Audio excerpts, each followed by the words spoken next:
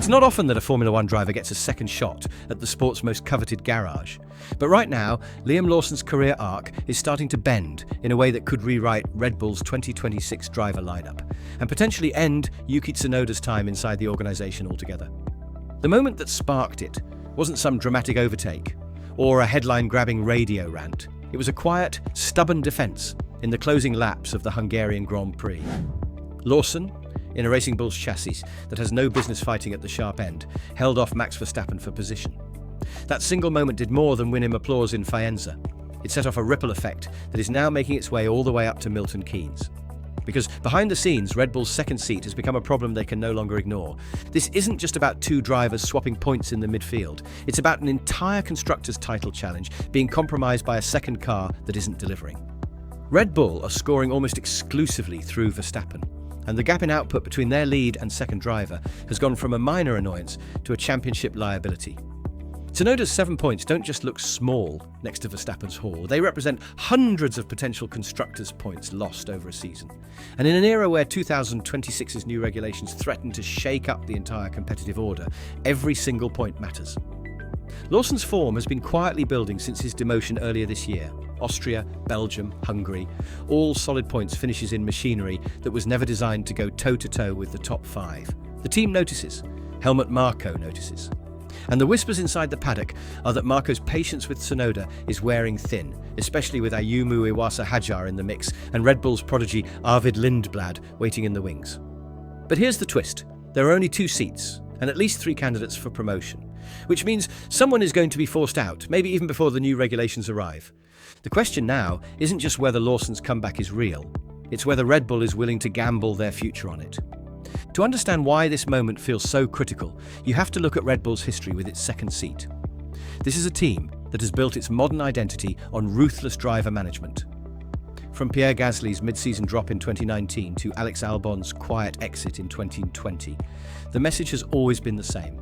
If you can't perform alongside Max Verstappen, you don't stay. And it's not just about outright pace. It's about how well you adapt to a car designed, developed and fine-tuned around Verstappen's unique driving style. That's been the undoing of more than one talented driver. The Red Bull chassis tends to have a sharp front end, requiring absolute confidence on turn-in, and it punishes those who can't rotate the car precisely at the apex without unsettling the rear. For some, that's a dream setup. For others, it's a career ender. Tsunoda's journey has been long enough that the team knows exactly what they're getting. 5 seasons in the Red Bull system should have ironed out his inconsistencies, yet he remains a puzzle. Flashes of aggression and racecraft one weekend, followed by anonymous runs the next. The Constructors' table doesn't reward potential, it rewards points. And that's the problem. The delta between Verstappen's output and Tsunoda's isn't just wide, it's widening. That makes the second seat less of a luxury and more of a strategic weakness. Lawson's case is complicated. His first stint at Red Bull was short and bruising, ending before he had the chance to find his footing. But since stepping back into the midfield fight, he's built a points tally that quietly eclipses expectations, 20 points to Tsunoda's 7, while proving he can extract results in less than optimal machinery. That adaptability matters, because 2026 will bring new power unit regulations, a shift in aero philosophy, and potentially a much smaller performance gap between the front and midfield. Whoever sits alongside Verstappen will need to adapt instantly, without burning half a season learning the car. That's why Lawson's resurgence isn't just a nice storyline, it's a potential solution to a problem Red Bull has been trying to fix for years. Finding someone who can keep up with Verstappen without breaking under the weight of the role. On paper, replacing Tsunoda with Lawson might look like a straightforward performance decision. One driver is scoring more points, so you pick him.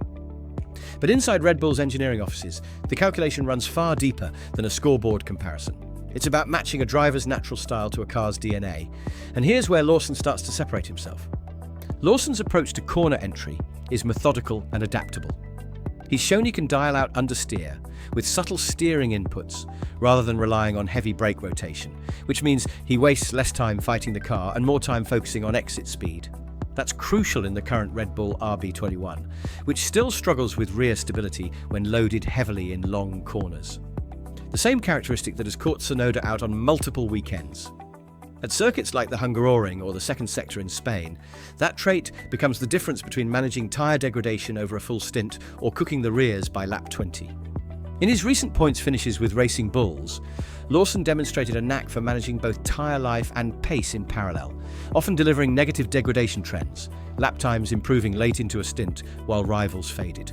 That's exactly the kind of skill Red Bull's strategists crave for the 2026 cycle, where heavier hybrid components and new aerodynamic restrictions could put even more emphasis on energy recovery and tyre management. In that environment, drivers who can preserve tyres without sacrificing lap time will unlock far more flexible race strategies. There's also his adaptability to different aero philosophies. The Racing Bulls car, despite sharing certain design philosophies with its parent team, has a fundamentally different weight distribution and front-to-rear balance profile. Lawson has proven he can swap between setups without carrying over bad habits, a rare skill, and one Red Bull's engineers know they may need if 2026 testing reveals unpredictable balance shifts with the new chassis. Tsunoda, by contrast, thrives when the car is exactly in his comfort zone, but struggles to compensate when conditions change, a pattern that's been visible since his rookie season. In a sport where regulations can flip the competitive order overnight, the ability to adapt isn't just a bonus, it's survival. And in Lawson's case, that adaptability is starting to look less like a nice-to-have and more like a decisive weapon in Red Bull's long-term plans. The choice between Lawson and Tsunoda isn't just a driver performance debate. It's a political equation that threads through Red Bull's entire motorsport ladder. Helmut Marko's reputation for decisive, sometimes brutal driver decisions is well earned, but even he operates within a set of strategic pressures. Right now, 3 names are crowding into 2 available Red Bull-affiliated F1 seats for 2026: Liam Lawson, Ayumu Iwasa-Haja, and Arvid Lindblad. Lindblad's rapid rise through the junior categories has already positioned him as the team's future project, with serious backing to put him in a Racing Bulls seat as early as next year. That means any Lawson promotion would likely force Tsunoda completely out of the Red Bull family, a move with both performance and brand consequences, especially given Honda's historic role in placing Tsunoda in F1. This is where the 2026 regulation change becomes a wild card. The first season of new technical rules is often chaotic. Performance hierarchies reset, car concepts diverge wildly, and teams scramble to adapt. Red Bull's senior squad has to decide whether their second driver is a short-term constructors' point solution or a long-term Verstappen partner who can help shape development under unknown conditions. Tsunoda's familiarity with Red Bull systems is valuable, but his inconsistency under changing conditions makes him a risky bet for a regulation reset. Marko is also considering the external optics. Promoting Lawson after his early season demotion would signal that the team values resilience and form over politics, a narrative that plays well with fans and media. Conversely, dropping Tsunoda risks backlash in Japan, particularly if Honda's involvement with Aston Martin strengthens in the coming seasons. There's also a subtle competitive pressure from Audi's looming entry. If Red Bull hesitates, Lawson could become a prime target for rival teams looking for a versatile, low-risk driver with proven adaptability. Losing him would weaken Red Bull's long-term depth chart, something they've been careful to protect since losing Carlos Sainz from their program. The result is a decision that can't just be about who scored more points in 2025. It has to be about who gives Red Bull the strongest foundation to survive the shockwaves of 2026 and beyond. Strip away the lap times and telemetry traces, and this battle comes down to 2 very different human stories colliding at a crossroads. For Liam Lawson, the path has already taken an unexpected detour. His first shot at Red Bull ended in record time, the shortest tenure for a driver in the team's history. Most drivers never recover from that kind of early setback. The label of not ready tends to stick. But Lawson refused to let that define him. Instead, he rebuilt his reputation in the less glamorous confines of the Racing Bulls garage, turning solid, workmanlike performances into a quiet argument for redemption. Every points finish, every defensive maneuver against faster cars has been another piece of evidence for the case that his exit from Red Bull wasn't about ability, but about circumstance.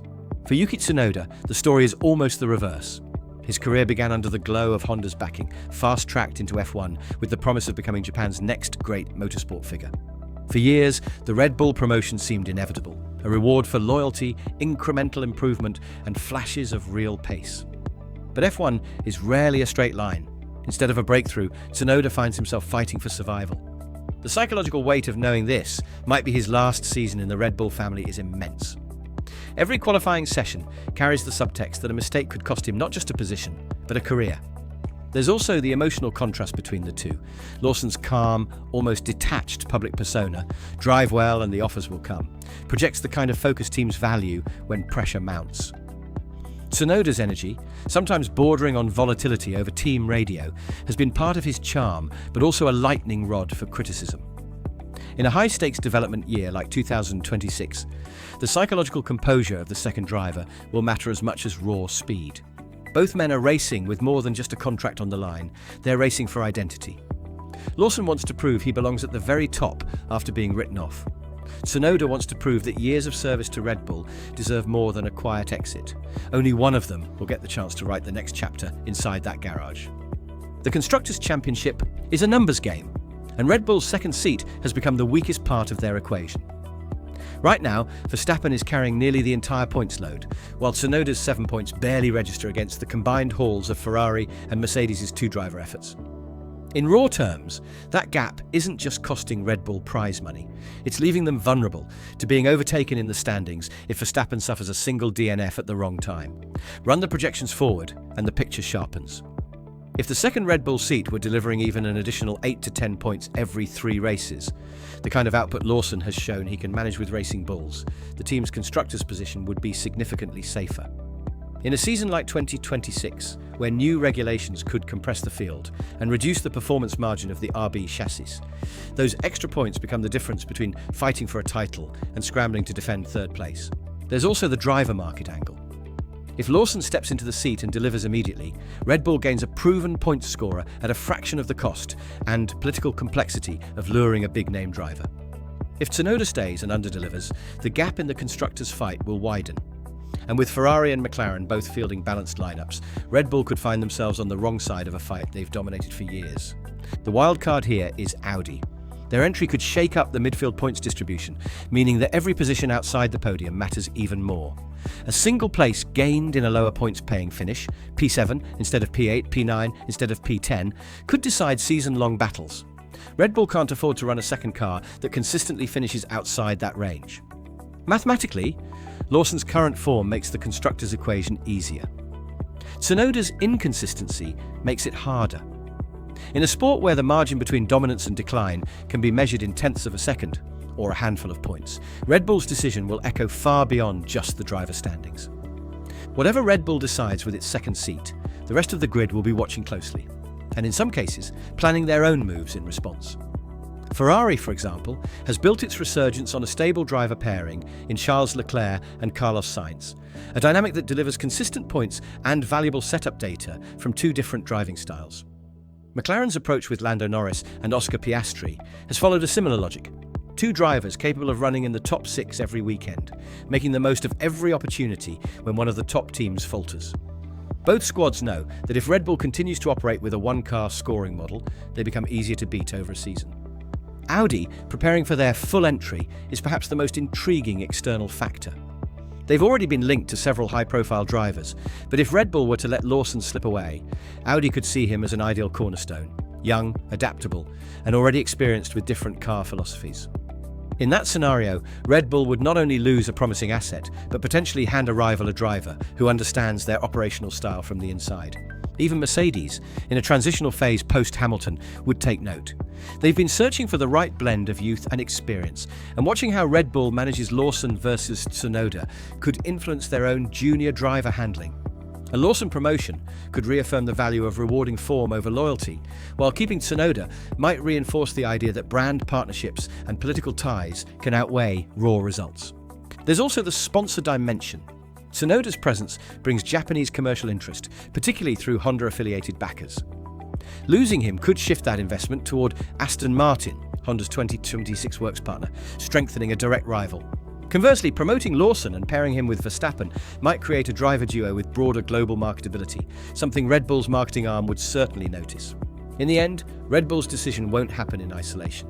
Every rival will adjust their own plans based on the signal this sends, about how the championship leaders manage underperformance and how ruthless they're willing to be when the next regulation era begins. The ripples from Red Bull's 2026 second seat choice could extend well beyond a single season. If they opt for Lawson, they're effectively betting on a multi-year partnership that can survive the turbulence of new technical regulations. That would give them a driver lineup locked in through the early development curve of the new RB chassis, ensuring consistent feedback and stability at a time when rapid adaptation will be critical. It would also signal to the Red Bull Junior program that perseverance and results are the ultimate currency, encouraging younger talents to stick with the system even after setbacks. Choosing Tsunoda, on the other hand, would buy short-term continuity, but potentially postpone the inevitable. If he underperforms again in 2026, Red Bull could find themselves in the same position a year later, scrambling for a mid-season replacement when other viable candidates have already been signed elsewhere. In that scenario, they risk not only losing Lawson, but also weakening the perceived meritocracy of their driver pathway, something Helmut Marko has always used as a selling point when recruiting junior talent. There's also the 2027-2028 picture to consider. Verstappen's long-term future, while contractually secure for now, will always be a talking point, given his ambitions and the lure of new challenges. If he ever decided to move on, Red Bull would need a number one driver ready to step up. Lawson, with years of adaptation inside the team and a proven record against elite competition, could be that driver. Tsunoda, even at his best, has yet to prove he can carry a top team as its outright leader. Off track, the commercial implications are equally important. A strong, marketable duo can open new sponsorship channels and reinforce Red Bull's brand dominance. The wrong choice could hand rivals like Ferrari, McLaren, or even Audi a marketing edge, just as the sport's global audience continues to grow. In short, this isn't just about 2026 points. It's about laying the foundations for Red Bull's competitive identity in the post-Verstappen era. And that's why this decision, while seemingly about two drivers, is actually about the future shape of Formula One's most dominant modern team. As the summer break edges closer, Red Bull's second seat has shifted from a background talking point to one of the defining storylines of the season. The choice between Liam Lawson and Yuki Tsunoda isn't just about who sits next to Max Verstappen. It's a referendum on how Red Bull defines success, loyalty, and potential in the most cutthroat environment in motorsport. Lawson represents the comeback narrative. The driver who took a career setback, used it as fuel, and came back sharper.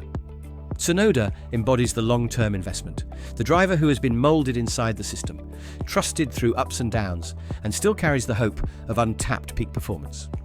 The decision will test the balance between sentiment and strategy. In the high-stakes world of Formula One, teams often talk about loyalty, but the constructors' standings and championship projections rarely leave room for emotional calls. Red Bull knows that 2026's regulation overhaul could deliver the most unpredictable season in a decade, and that every choice made now will either strengthen or weaken their ability to adapt. What happens next will depend on more than just lap times. Internal politics, sponsor considerations, rival interest, and the ever-shifting driver market will all shape the outcome. If Lawson keeps converting midfield starts into points finishes, he makes himself harder to ignore. If Tsunoda finds a late-season surge, he can reframe the conversation in his favour. And all the while, Hajar and Lindblad are waiting for any crack in the door that might open a path to Formula One's top tier. For fans, this is a rare opportunity to watch a high-level driver market battle unfold in real time, with real consequences for both careers and championships. Red Bull's call won't just decide who gets the second seat. It will send a message to every driver in their system about what it truly takes to survive in the Verstappen era. So as the next rounds play out, keep an eye on Lawson's composure under pressure, Tsunoda's response to the speculation, and how Red Bull's body language shifts in the paddock. Because when the final decision comes, it won't just answer one question. It will raise a dozen more about the future of Formula One's most ruthless talent machine.